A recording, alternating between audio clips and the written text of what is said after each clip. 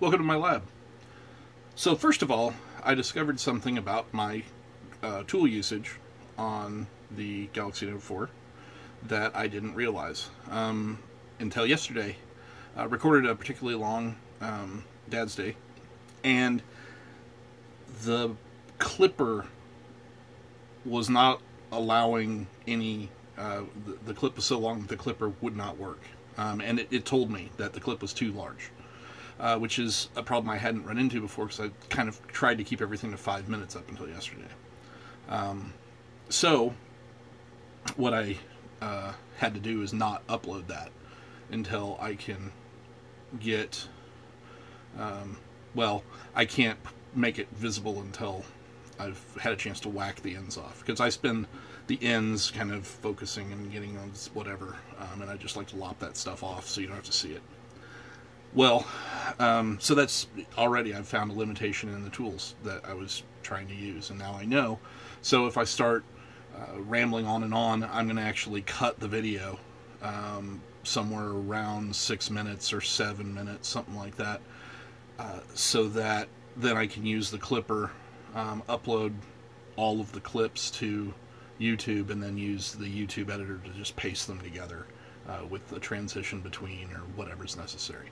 So anyway, that I wanted to bring that up. Then today I was reading Twitter, as I want to do, and a fellow by the name of Doug Belshaw, who's big in the open badges community, posted something that showed, getting started in open source, and one of the tools that was mentioned was Habitica.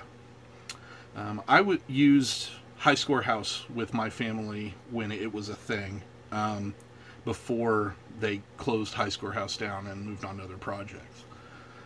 And my kids in particular are gaming motivated.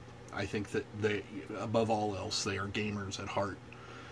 And that's not entirely without precedent, as that's the way I was, the way I still am. I'm very game motivated. So I decided to give Habitica a chance, see what it could do.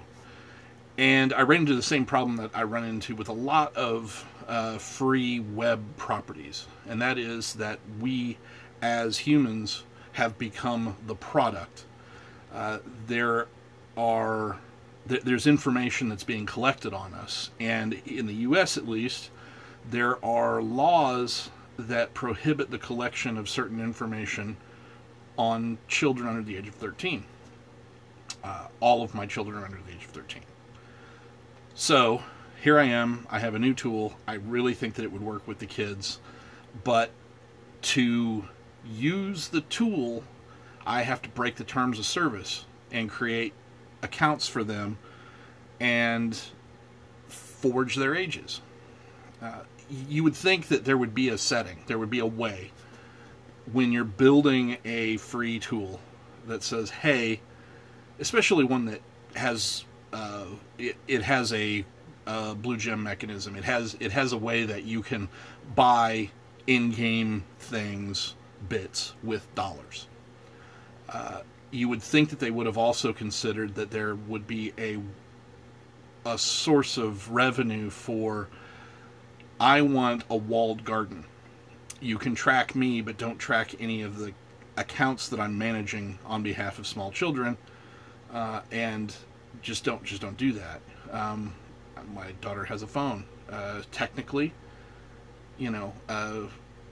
she can't have a Gmail account because she's underage. So because Android is,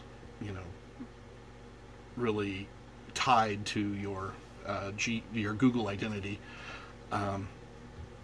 there are ways around that, I know, but it's really tied to that. So that's, well, you run into issues. They didn't even bring it up when I went and got her her first smartphone, last month. Up till now, she'd had a flip phone of sorts, and that's not an issue. But now, it's like, well, there are tools that let me see where her phone is. As her father, I want those tools there. If she doesn't call me when she's supposed to, if she doesn't come home when she's supposed to. I want to be able to, without having to get a subpoena or get a search warrant involved, I want to be able to see where my daughter's phone is, and that technology exists, so I should be able to do that. That makes perfect sense. And it makes perfect sense that we have laws that prohibit the collection of data on kids, because there's bad things that can happen to them if people learn too much. I know a modicum about hacking. I know that it is fairly easy to find where somebody lives based on their tweets or whatever, if they're leaving themselves open. It would be really easy to track a kid down if that data were not prohibited, particularly by the tools that cater to children. They shouldn't be collecting it so that it can't get out. That makes sense, and I don't begrudge them that. But I would think that, there's a market for the walled garden. There's a market for, they have a team functionality.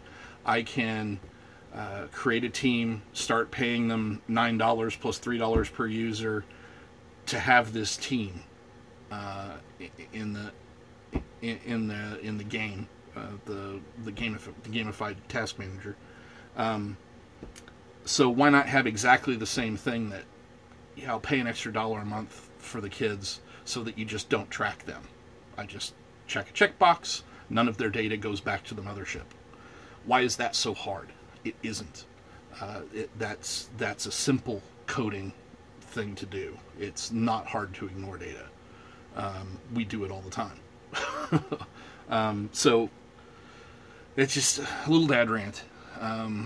That I am fairly disappointed because I thought that really it's a clunky, in development, not entirely polished sort of thing, but it's got enough of the bits that would make kids doing their chores a little bit easier. They'll want to advance. They'll want to get new gear.